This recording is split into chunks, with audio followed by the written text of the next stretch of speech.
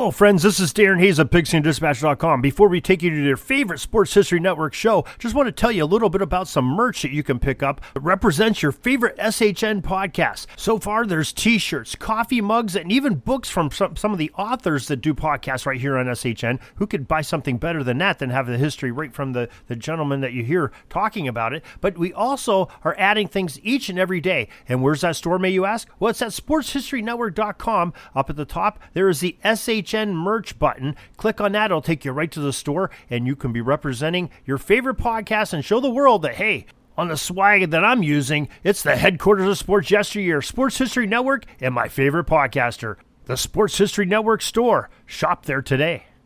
Now it's time to take a sports break, a look at sports history on a daily basis. Hello, my friends of sports history. This is Darren Hayes of the Sports Jersey Dispatch podcast. Welcome once again to the Pig Pen, your place for all things great in sports history. And in this episode, we have your sports break for October 18th sporting events that's happened historically on this day, the athletes that performed them, and the uniform numbers that they wore. Now, we just want to make sure before we get into that, you know how to get a hold of us. We'd love to have your feedback. Always try to stay in communication with everybody out there. Our email is pigskinddispatch@gmail.com. We'd love to hear from you. Like I said, get your feedback, have your comments, what you like, what you don't like, and just talk a little bit of ball. So speaking of talking a little ball, let's talk about our uniform numbers we are going to be chatting about today. The numbers are 77, 14, 42, 44, 18, and number 12. We're going to start off in the year of 1924, October 18th, in the University of Illinois running back number 77, Red Grange, had his best day on the collegiate gridiron as he had 4 long touchdown runs.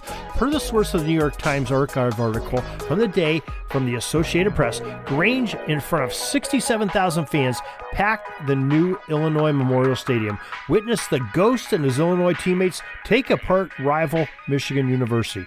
Red Grange, the University of Illinois phenom, an All-American halfback, was a star attraction, and his play did not disappoint the onlookers.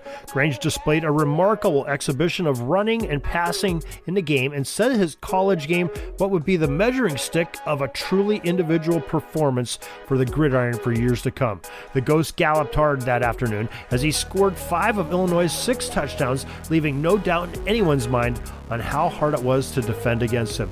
It was started on the opening kickoff as Grange scooped up the ball on the Illinois 5-yard line and raced 95 yards through the Michigan 11 for a touchdown in less than 10 seconds into the contest. Before Michigan's team could even catch their breath and collect themselves, Red Grange had struck pay dirt multiple more times in rapid succession with runs of 66 yards, 55 and 40 yards respectively for his next 3 scores. Coach Bob Zupke of Illinois took him out of the lineup before the first quarter ended. He returned later to launch several successful passes and score a 5th touchdown in the second half.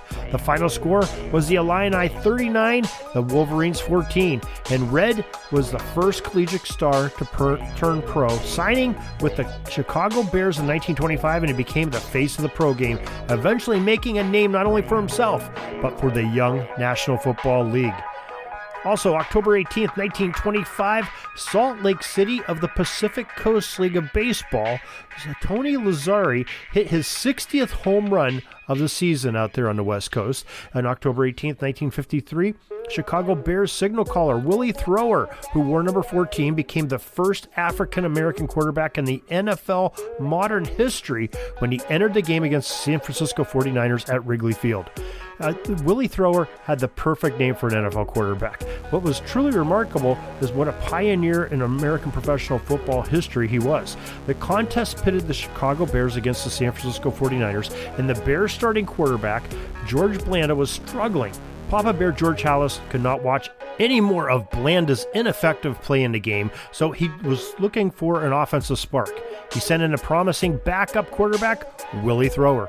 Thrower was a collegiate quarterback with the national champion Michigan State Spartans of 1952, and the Niners rendered Willie's effectiveness too, allowing him to throw for a mere completion rate of 3 of 8 for 27 yards.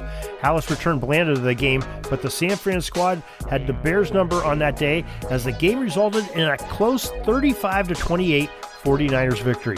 Willie played in only one more game for the Bears in 1953 before being released by House, but though his playing career was short, it certainly had a tremendous impact.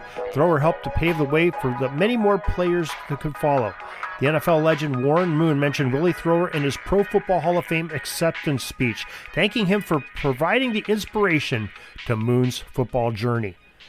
October 18, 1974, Chicago Bulls number 42, Nate Thurmond became the first NBA player to complete a quadruple double, 22 points, 14 rebounds, 13 assists, and 12 block shots. That's an accomplishment. October 18, 1977, New York Yankees number 44, Reggie Jackson, Mr. October, hit 3 consecutive home runs, tying Babe Ruth's World Series record and earning Jackson the series' most valuable player award as the New York Yankees defeated the LA Dodgers 8-4 to clinch a 4-2 series victory for New York.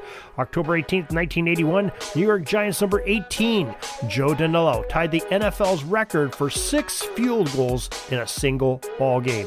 October 18, 1992, Philadelphia Eagles number 12, Randall Cunningham, set an NFL quarterback scramble record of 3,683 yards for the season.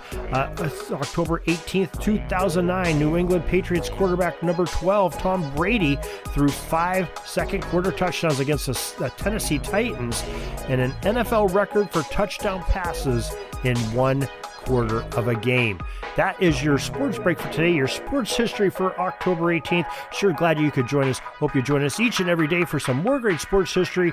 And, we have lots of ways for you to get your sports history, not only these podcasts and the ones on pigskinddispatch.com and our audio drama, Orville Mulligan's Sports Writer, but we are also partners and members of the Sports History Network. Find out at sportshistorynetwork.com and go to our websites, pigskinddispatch.com and jerseydispatch.com for all your sporting needs of historic events. So till tomorrow, everybody, have a great sports history day.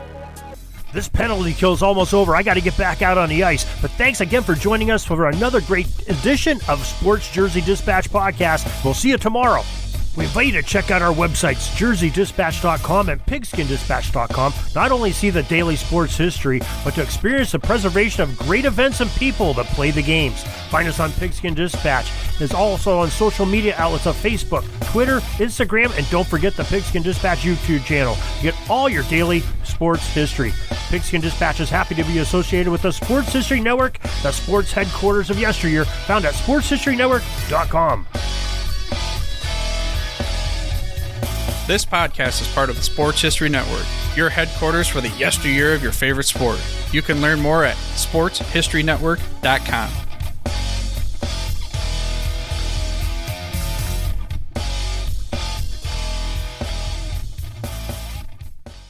Hi, everybody. Dan and Andrew from Hello Old Sports here. We wanted to drop in and let you know about our latest episode.